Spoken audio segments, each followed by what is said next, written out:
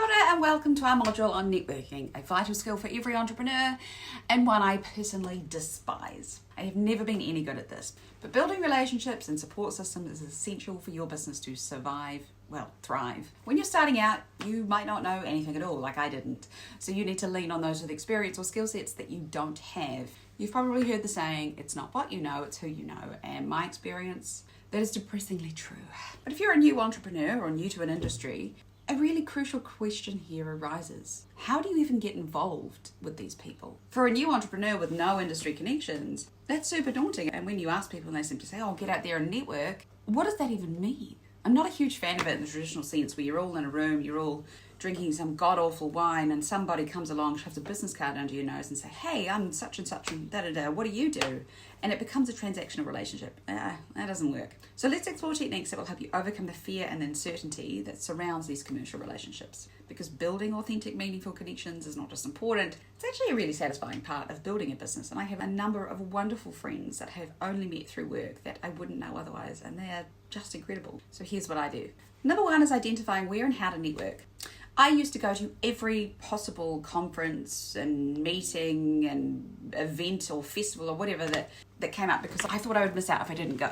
Now, this is typical of new entrepreneurs because you get FOMO and you think you need to be seen at these places to being an entrepreneur, but it is absolutely not true. So be a little bit more circumspect. Like your target audience, identifying where and how to network is your very first step. So you want to look for opportunities in your local community or relevant industry bodies or even online groups. So these can range from formal events like, fundraising gala dinners or casual meetups like Flat White Fridays, which is an entrepreneurial event organised in New York. Networking isn't limited to events that are labelled networking events. It can happen anywhere. Industry conferences, workshops, community events, Christmas parties, online forums.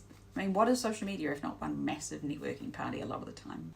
When you're new to the scene, make it easy for yourself and start small.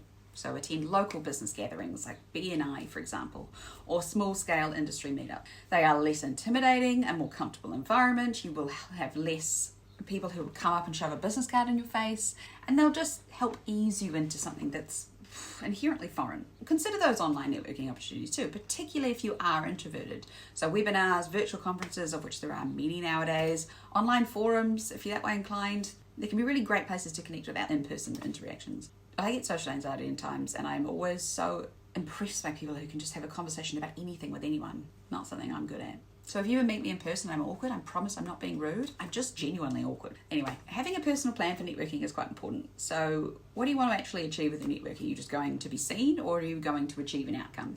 Everything you do should be outcome-based. This is a common theme through pretty much every module I've ever filmed. So an outcome for networking is finding a mentor, gaining insights to industry trends, connecting with potential clients, finding a buyer, finding a PR agent, whatever it is.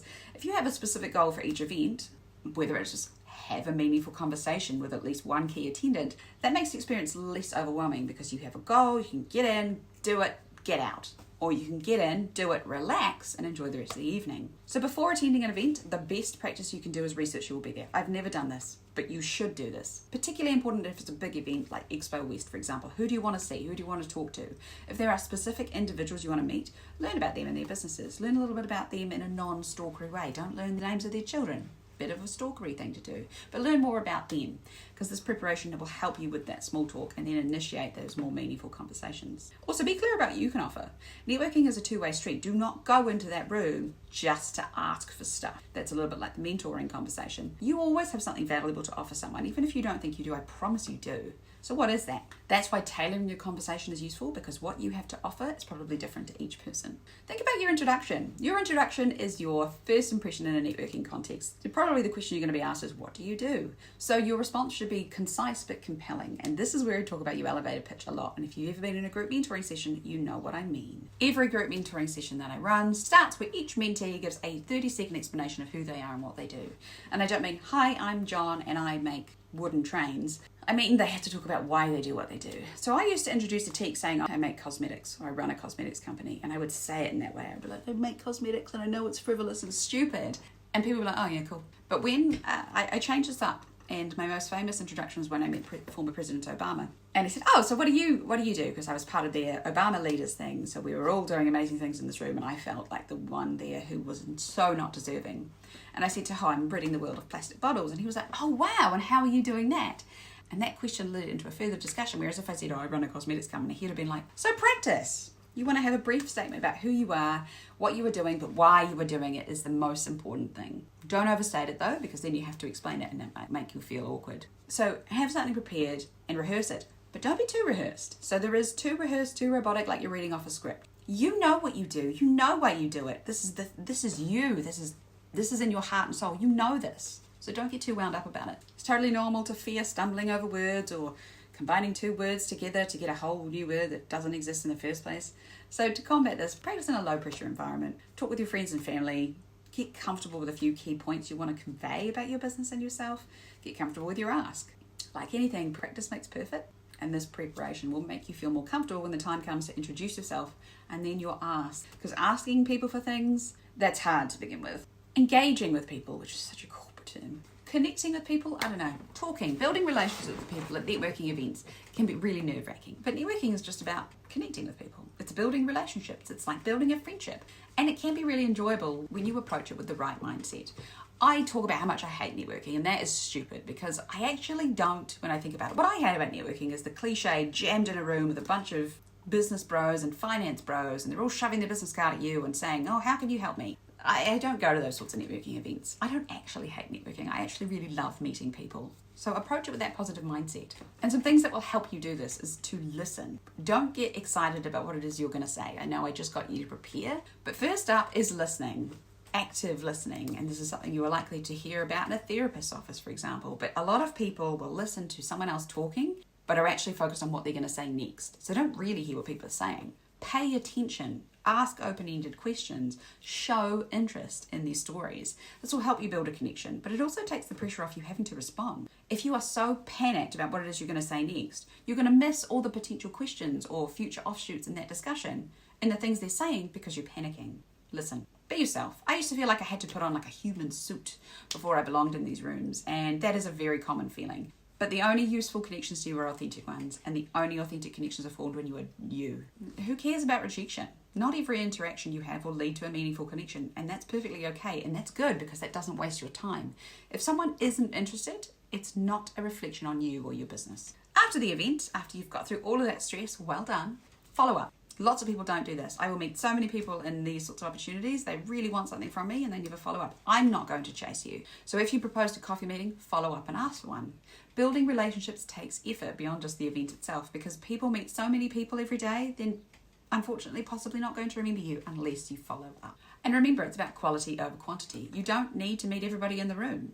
Everyone in the room is probably not useful to you. So focus on making genuine connections that you can develop over time. If you're an introvert, it's perfectly fine to take short breaks when you need some breathing room. I'm an ambivert, which to me means I'm relatively extroverted in that I am quite upbeat and cheerful, and I will happily work a room and have lots of conversations with lots of different people, but it is exhausting. I cannot do it for hours on end.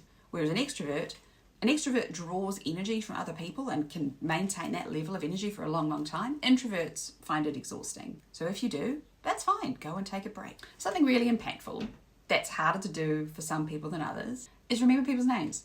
I find this really difficult. I'm not very good at remembering names, and I've had conversations with people in the past that have come up to me and said, "Hi, it's so good to see you again," and I have flat out panicked. So work on remembering people's names.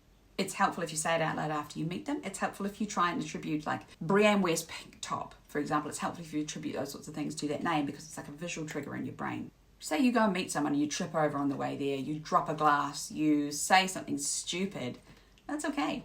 And if you find yourself in an awkward situation, you put your foot in your mouth, most people are pretty understanding. Everyone has been in a similar situation themselves, even if they seem like the most put together person on earth. They aren't. We are all human. And you can always steer the conversation back on track by acknowledging the awkward moment with humour or just gracefully changing the subject. There are very few situations when you cannot retrieve the situation. Those are just some tips, but networking is an art. Like all arts, it's mastered with practice. Be genuine, be authentic, be yourself, don't panic. All of the things I've just talked about are really important. It is not just about exchanging business cards and asking for something. That doesn't work. And remember, every entrepreneur has been in your shoes at some point. With each event, you will notice that you gain more confidence, you find that networking actually isn't some horrible chore, but it's actually enjoyable and a rewarding part of your journey. Keep an open mind and be yourself. And don't forget to follow up. The connections you make today could be a key to your business success tomorrow. And I'll leave you with a story. If you follow the Authentic journey, you know about the Huffington Post Forbes debacle, which created a viral storm. The company went around the world. Britney Spears tweeted about us. But do you know how that started?